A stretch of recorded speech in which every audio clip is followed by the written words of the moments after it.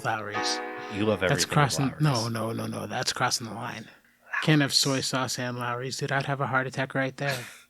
You didn't say you wouldn't like it. Just skipping sinoatrial things. What is it called? Sinoatrial SA node? I don't know. It's in electrolytes. Oh. Don't look at me like that. Welcome back, folks. This is Elliot with the Prole's Almanac, here with Andy's face. Randy. This is Randy. Randy's not here. You don't know Randy. I am Randy. No, We're all Randy. You don't know Randy. You feeling Randy? Randy's my buddy. Anyway, we're here with another episode of this whacked out podcast, which you can find on Spotify, iTunes, and wherever you get your podcasts. You can find us on Patreon as well if you're enjoying what we're doing over here and you'd like to help us cover some of the cost of hosting the podcast. We don't explicitly offer any traditional content focused on the specific goals of the podcast to our Patreons in terms of limited access or anything like that. Knowledge is for everyone. But we have started a Patreon-only miniseries called The Prologues, during which we will do some critiques on various subject matters and talk about things from an intersectional lens, but also from the context of this podcast. Societal collapse and reconstruction and things like that. Radioactive pigs, all sorts of garbage. If you're interested and you're willing to donate $2, it's up on our Patreon. We've also released one episode that was asked by popular demand for public consumption. So that's a good place to check it out and see if you'd like to hear more. So thanks for your support. You guys are amazing. And even the folks who have donated one time, we appreciate it. We get it. We've been there. We poor as fuck. Yeah, I was just talking about that the other day. How, it was somebody's birthday on Facebook and they had a charity, donation. And I didn't have the funds to donate, and I felt a really, charity really bad. And I was like, yeah, I need a charity, but it wasn't my birthday, so fuck me, and I'm sorry, everybody. You could have given them a couple rounds of 40 cal. Yeah, well, yeah. It's a niche market that would really appreciate that. It's like a Mad Max future where bullets are money or something. Bullets weird. are money. Do you know what shit costs? Yeah, they're a better investment they're than the pretty stock pricey now. market. Anybody need 40 cal? Come and find me. I don't need it. While we do enjoy making this content and listening to Elliot banter about ammo, there's about 20 hours worth of work that goes into each and every episode, so any support we can get to offset our actual costs, we fully and wholeheartedly appreciate. So go fund Elliot's bullet problem and check us out on Patreon. We're also on Instagram and Facebook if you want to follow us over there. And if you reach out to us, we have a listener Discord where we talk about all the shit we talk about in the podcast in a Discord. So go check it out. And as always, if this is your first episode, we highly, highly recommend going back to the first episode of the podcast and catching up, since each episode springboards from the previous content, or at the very least, the beginning of this mini-series, which frames up these conversations. Right. So, this mini-series has been focused on agriculture from a local perspective. We started the series discussing what is permaculture and what are its shortfalls. Took some of the time to look at modern examples of urban agriculture and what it means to develop new systems that are based on historical conditions and self-determination, and then looked back towards some historical examples of agriculture as it meant for indigenous people across the globe. This episode is a bit of an extension of these two frameworks, in which we will be looking at exactly what systemic erasure looks like within the context of indigenous people and the narratives that surrounds that process of erasure. Understanding how and why these erasures happen helps inform us in how we can come to terms with these massive problems of colonialism, erasure, and genocide so that we can move forward in a productive way. In this episode, we're looking at the history of the Anishinaabe tribe, an encompassing term which ties together culturally related indigenous peoples of the upper Midwest region, ranging from Minnesota and Canada through the Great Lakes region of the Ojibwe tribe.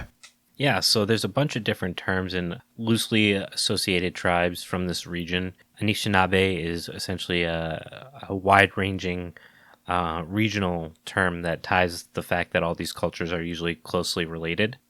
When we decided that we want to take a look at some of their history, it was really important to think about where their traditional cultural heritage, and then what the effects of colonialism, short-term and long-term, on those, and as well as the indigenous ecology of these regions. So in this conversation, we're going to center our conversation specifically on the food aspect of the Anishinaabe, especially how they relate to the foods they consume.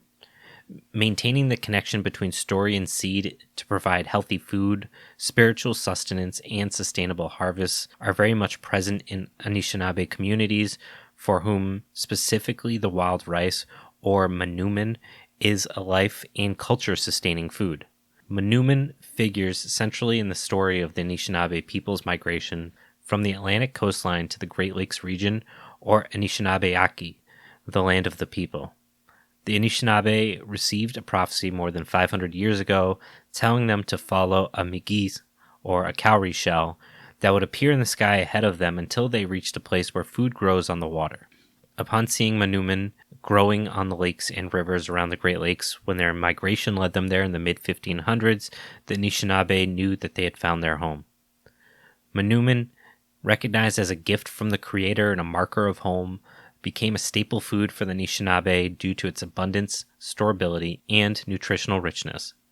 Because of its centrality in origin stories, identity, and survival, managing wild rice in its natural state is a moral obligation, as well as a treaty right. Manoomin is also a sacred food intertwined in countless ways with the Ojibwe spiritual practices, kinship relations, economies, gender roles, history, place, and contemporary existence. It is no understatement, then, to view Manoomin as one of the quintessential elements of being Ojibwe. The Anishinaabe scholar-poet Kimberly Blazer connects the Manoomin harvest and the continuation of the Anishinaabe people to the very process of storytelling, writing that, quote, rice kernels fall back upon the fall waters, sink slowly again to the soft silt. Stories, too, must seek fruitful grounds, settle, arise again in new voice. We only continue by the grace of these spirit acts. Somewhere there is intersection between the motion of stories, the motion of life, and the mobile centers of meaning. End quote. For Blazer, both storytelling and the Manoomin harvest are spiritual acts that intersect in the creation of meaning that enables a people to live and to thrive across seasons and generations in the full knowledge of who they are and what feeds them. And the practice of sharing ricing stories reminds both tellers and listeners of the kernel of who they are as a people. Manoomin thus feeds the Anishinaabe by nourishing not only their bodies, but also spirits, economies, and sovereignties. Yeah, she's a really good writer. Yeah. It's a good quote. Yeah, and it speaks to that storytelling ability. Yeah, That's well, great. that dynamicness of their relationship with food, which I think is what a lot of what this whole series is really pointed to, is that food is much more than food, and I think we all understand that in some level. Right, it speaks to history. Right, there's that root to culture, your roots, where you come from, tradition. All of those things are steeped in, the foods that we call comfort foods and the things that, remind us of home when we might not be there. You know what I mean? And economy, in a lot of ways, or at least our economy, try to tear that from us by focusing instead on foods that are cheap and accessible and storable, instead of the foods that might speak to the labor of living, in a sense. And we see that a little bit in the attempted commodification of Manoomin.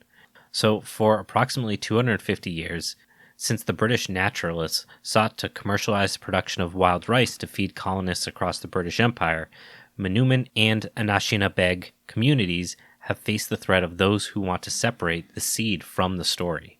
This threat continues today in the production of paddy-grown wild rice and in ongoing agribusiness attempts to genetically modify, patent, and control wild rice. These separations, which are part and parcel of ongoing processes of colonization, limit native access to land and resources, and also challenge indigenous economies and thus food security and sovereignty. The wild rice narratives examined here are but a few of the many, many stories of Manoomin that Anishinaabe tell.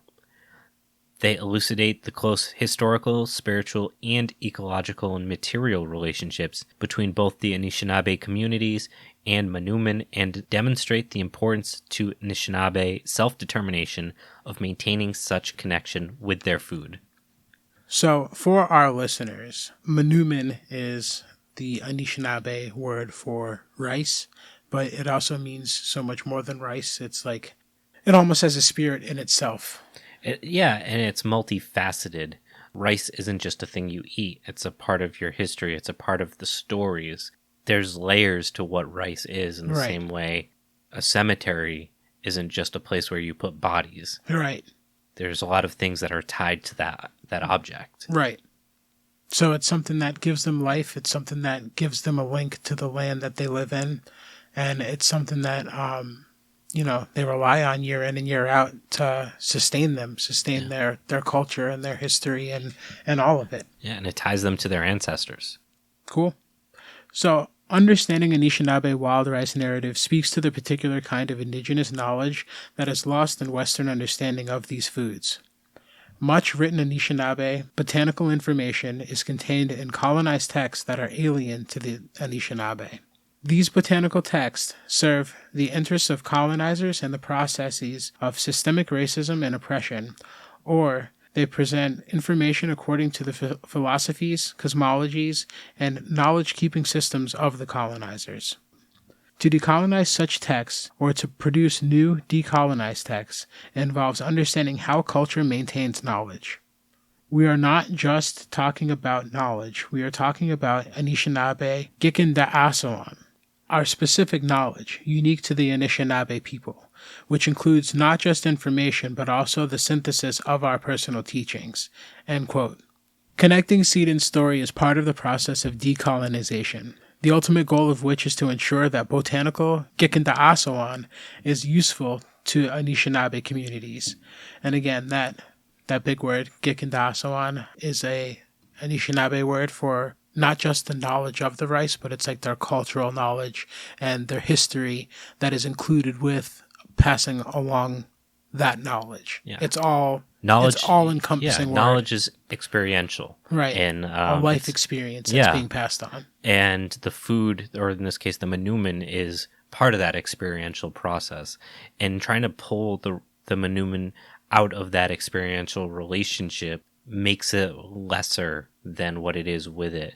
And it shouldn't exist without it in many ways. It's part of that Western philosophy of breaking something down into its simplest part in order to understand it. And it strips away what makes it so important and so connected to these peoples. And we're going to talk about that in a moment, both the process itself and the colonization aspects of it. So in terms of actually doing the Manoomin harvest, there's a multifaceted ritual that contains various and complex ecological, spiritual, and legal knowledge and skills. Through the 1930s, the process began when women would bind stalks of rice together for about 10 days before the rice field fully ripened, a practice that has had many purposes, from both marking rice territory to allowing the rice to ripen uniformly. This procedure, along with an elected ricing committee that ensured an ecologically sound and organized harvest, constituted what Brenda Child calls, in quote, an indigenous legal system to protect wild rice in its unique ecosystem, end quote. While the women's binding procedure ended by the 1940s, other elements of hand harvesting continue today in many communities. Once a member of the tribal government or committee or an elder, sometimes called a rice chief, declared the Manoomin ripe and ready for harvest, ricers would make an offering of asema, which is tobacco, before taking to the water. Partners move through the rice beds in a boat, with one person pulling it forward while the other uses cedar ricing sticks to knock the ripe kernels into the boat. The ricers allow some kernels to fall into the lake bed to reseed for the next year. Although I will note that a lot of research has shown that some of these rice kernels can last up to 30 years and possibly longer before they sprout, depending on conditions. So you're essentially creating an incredible seed bank by continuously feeding into those, into that seed bank. Right. And does flooding and all of that just spread that rice further, which is why these lakes are scattered with rice. And that's why if they dry out, it's not that big of a deal, because they'll usually stay dormant until those lakes or ponds start filling up again. That doesn't mean you should do it, but they're much more resilient than you might think. The kernels are briefly dried on mats and then parched and stirred with a canoe paddle in a kettle over a wood fire, drying and toasting them. The twisting pressure of feet removes the seed from the hull, and that's called dancing or jigging the rice. Winnowing, which is when the rice is tossed in a winnowing tray into the air, helps remove the chaff. Learning how to complete these steps and how to act as stewards of the ecosystem in which Manoomin grows requires that Gikendasawin be shared from generation to generation. In this sense, rice is full of remembered places and relatives. Here, that knowledge about the land intertwines with both family memories and interpersonal connections.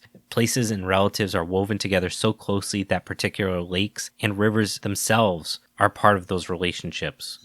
The Anishinaabe choose labor-intensive traditional methods because dancing on the rice, again, in quote from Brenda Child, lets us stay close to the food, end quote, and fanning it, end quote, makes you realize how important wind is in the process of making food, end quote.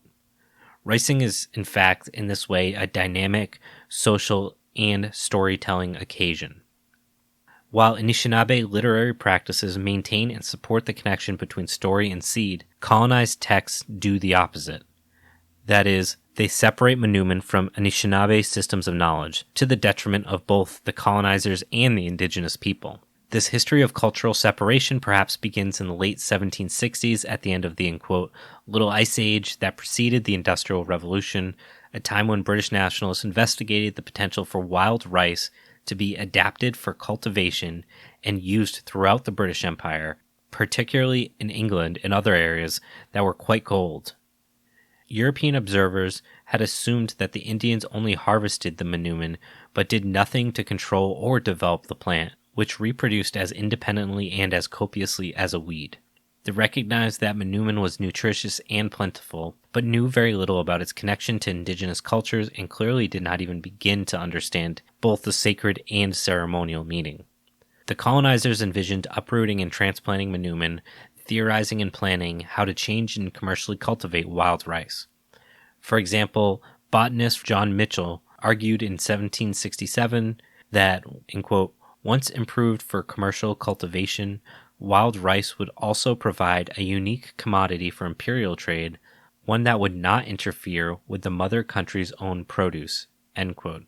In fact, even magazines from this time period encouraged English farmers to create an enlarged variety with a hypertrophied fruit like all of our other domesticated grains. While these naturalists saw themselves as working towards the improvement and adaptation of Manoomin, they did not understand the basics of its biology and had paid no attention to the details or even the existence of Anishinaabe resource management practices, or Gikendasawin. In the 1780s and 90s, several botanists in England, France, and North America attempted to export Manoomin and to cultivate it in Europe, but almost completely failed. It became clear that Manoomin would not go along with their plans to feed the empire. Wild rice remained a uniquely American crop, despite these efforts to remove it from its ecological and cultural grounds. So basically they tried to, again, separate the story and seed, right? Yeah. And they weren't able to cultivate rice anywhere else because they didn't have that knowledge about what the plant actually is and how it grows and how to harvest it in a way that it would be, beneficial. They assumed because if the climate was similar, or if England was less cold, say, than Michigan, that it would, if the temperature is good, that's enough. And we can grow like any other rice or other grain or whatever. And that's not really the case. And, the idea was that we could try to create it similar to all of our other traditionally grown foods, and that we selectively breed and try to make it I don't want to say monocrop, but like something that could be grown plentifully. And that erased a lot of that understanding of how it grows and the ecology of where it grows. Mm-hmm. So the story of separation continues in the United States in the 19th century. For example, Albert Jenks's 1899 report from the Bureau of American Ethnology, and quote, The Wild Rice Gatherers of the Upper Lakes, a Study in American Primitive Economics, end quote.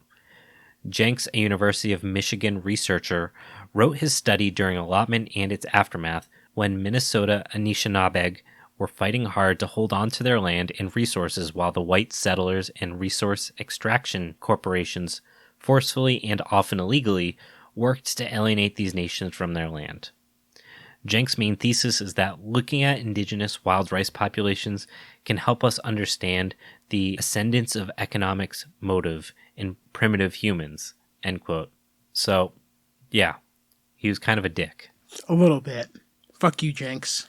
Further, he denigrates the Anishinaabe stewardship of Manoomin, claiming that, in quote, the Indian, by his use of the wild rice seed, is a great enemy of the plant, for it will be shown that the plant, unless it is artificially sown, is gradually being extinguished in such beds as are continually used, end quote. Jenks also numbers waterfowl among wild rice's enemies. Yet, undermining his own statements on the limitations of mythology, Jenks later recounts the Ojibwe story of the trickster Wendy, who returns from an unsuccessful hunt to find that a duck, which had sat on the edge of his kettle of boiling water, had left behind a grain that made the best soup he had ever tasted, and which afterward fed him when game was scarce. This trickster not only conveys one way that Manoomin came to the people, but also points to the ways in which birds, people, and Manoomin function together in a thriving, dynamic ecosystem. Even as he suggests they deplete rice beds, demonstrates that the people harvested carefully, leaving a portion of the Manoomin behind to reseed itself. He interprets this stewardship, though, as, in quote, primitive Indians not taking production very seriously, end quote, and quotes an agent who devalued the social and ceremonial aspects of ricing, alleging, end quote, they could gather more if they did not spend so much time feasting and dancing every day and night during the time they are here for the purposes of gathering, end quote. Jenks's conclusion, surprisingly, is, in quote, it must be regretted that so nutritious a cereal was a precarious crop and has not, apparently, warranted extensive cultivation, end quote. Even during the Depression era, New Deal programs to commercialize wild rice production not only changed gender patterns in the harvest by moving men into roles previously inhabited by women, but also positioned Anishinaabe people as students who needed to learn from the white U.S. government program administrators how to improve and modernize the Manoomin harvest. Prior to the 1930s, women were the primary ricers, a powerful role providing for the well-being of their communities. Despite this, there was a specific economic attack towards these indigenous land stewards. Through the development of confusing marketing projects to conflate domesticated wild rice grown on paddies and harvested with combines, that has further altered reservation economies by driving down the price of hand-harvested Manoomin.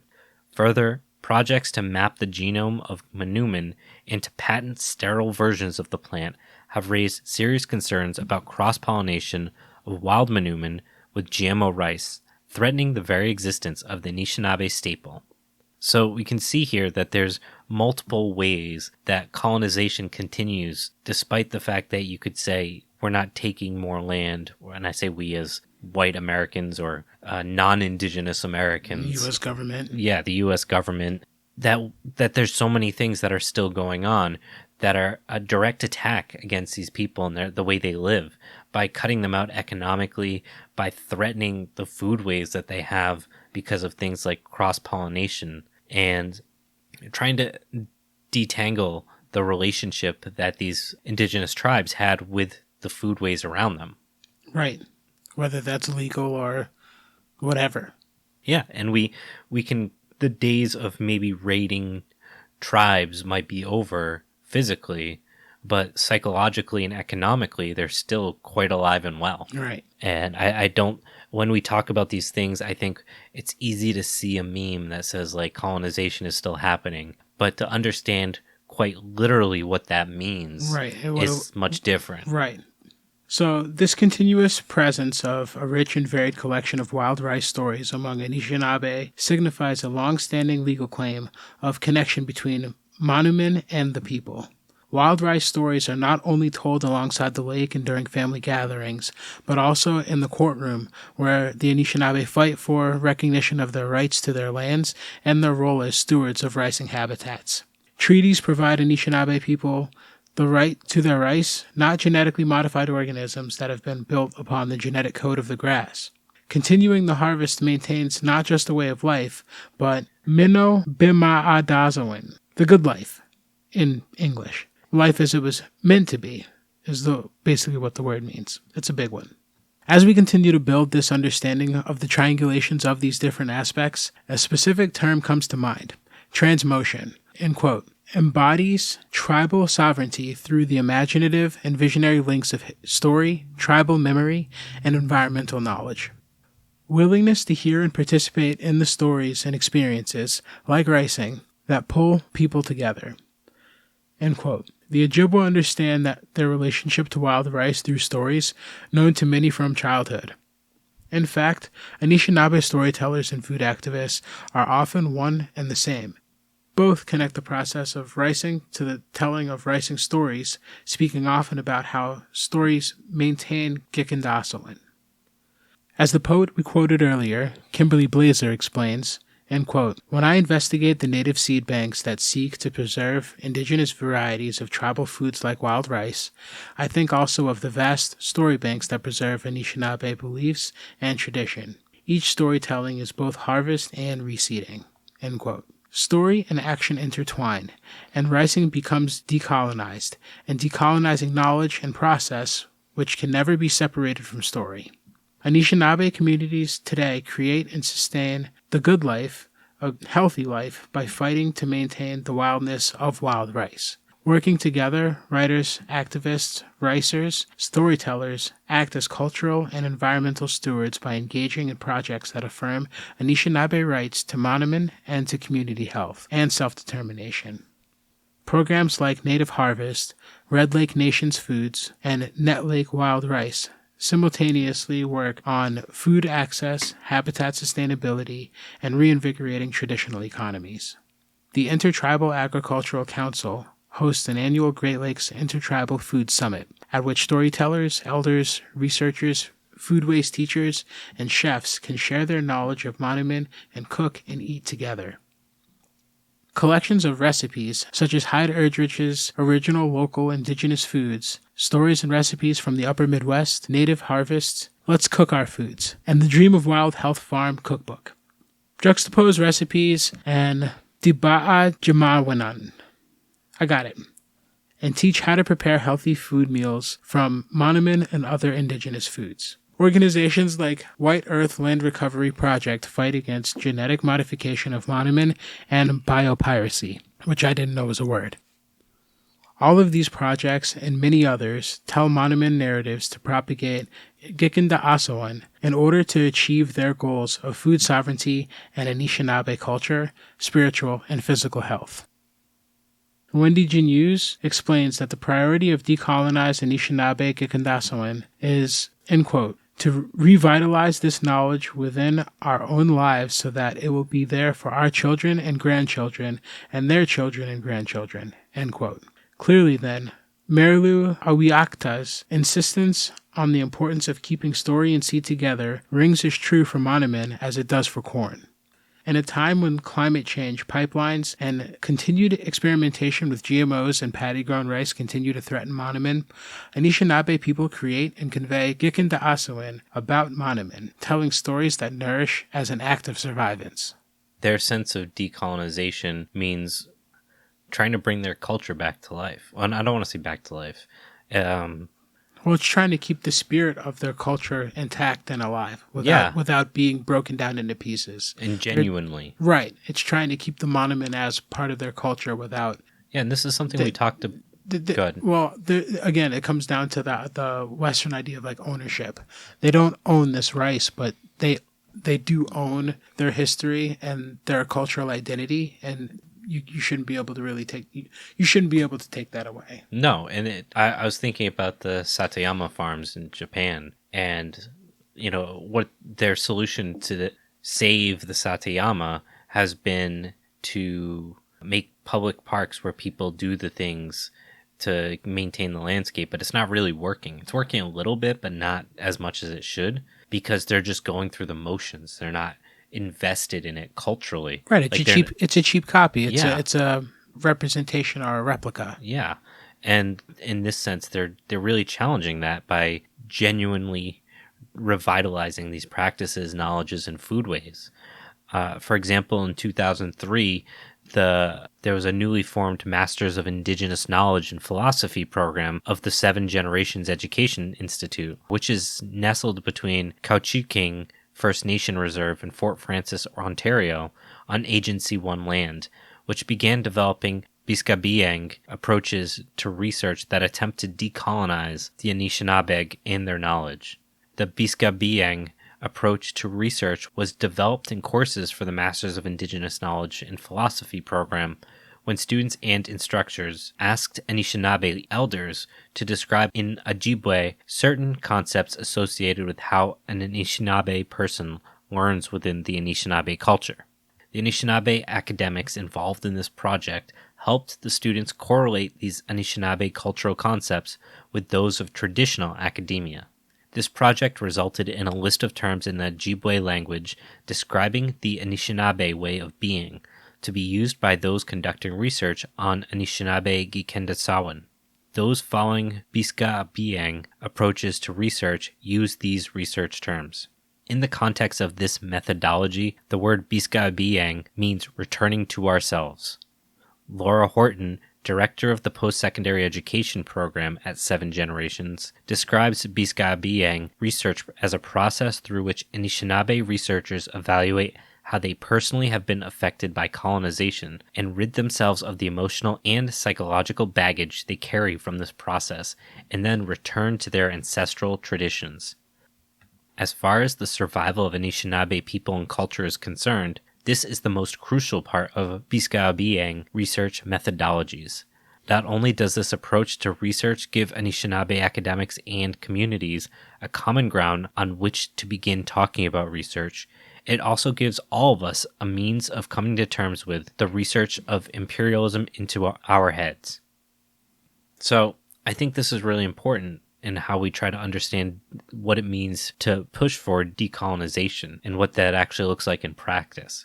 Because it's one thing to say, like, we need to decolonize this and that and the other thing, but what does that really mean? And how do we create an infrastructure that supports it in a way that isn't just individuals trying to do this on their own? Because I feel like that's something that if you're on the internet in whatever, Left Book or Instagram, there's a lot of like decolonizing, do your own research mentalities, but that's not practical for most people. It shouldn't be expected that people have to go out on their own and research how to decolonize themselves. And this is providing a real alternative to that. Yes? No? Thoughts? I'm just trying to wrap my head around it. Sure. Yeah. I mean, it's creating an infrastructure that's an alternative to trying to do it on your own. Right. Like most of these fights always start grassroots, and they wouldn't need to start grassroots. It's sort of like unions. Like, they're a band-aid to the problem. If it was systemically in place where the government didn't tread on these people, then we would need to fight to decolonize. You know what I mean? Yeah. Does that make sense? Yeah, and the thing that's really Am I interesting... saying that right? No, you are. But I think there's one nuance that's really important in this conversation is that everyone involved in this project, whether it's through the school or through the researchers or the individuals going through it, are all Indigenous people. Mm-hmm. They're claiming ownership of that process. And they're not only just claiming ownership of the process, they're claiming what that process looks like in a lot of different ways, whether it's relearning information that's become scarce, culturally relevant information, and reintegrating those relationships between food and storytelling. Or in the example that we just gave, it's about naming that research process and the theories used to conduct that research and what is important in that research. Right. It goes so deep as to label it as a way to be, or sort of the mindset you need to be in to think like. Yeah, and this is done at Anishinaabe. Yeah, and this decolonization is demonstrated as it's further demonstrated by the utilization of the Ojibwe language to describe certain facets of Anishinaabe knowledge and way of life. The goal isn't to erase the fact that English is a component of how they live, but to reinvigorate the parts that have been lost.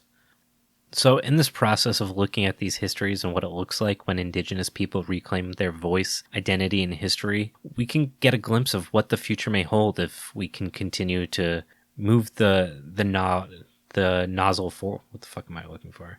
If we can continue to move the needle forward in progress. And viewing how this destruction has taken place, we can further understand what needs to be done to come to terms with these parts of our history. And honestly, one of the biggest challenges is really around this general concept of what does it mean to decolonize, and what is our role as non-Indigenous people in this conversation? What can we do to make amends? This idea of reconciliation. Right. And that's one thing that this conversation sort of points out to me is rather than fixing yesterday's problems, I feel like the idea of decolonization starts with fixing the problems that we have today.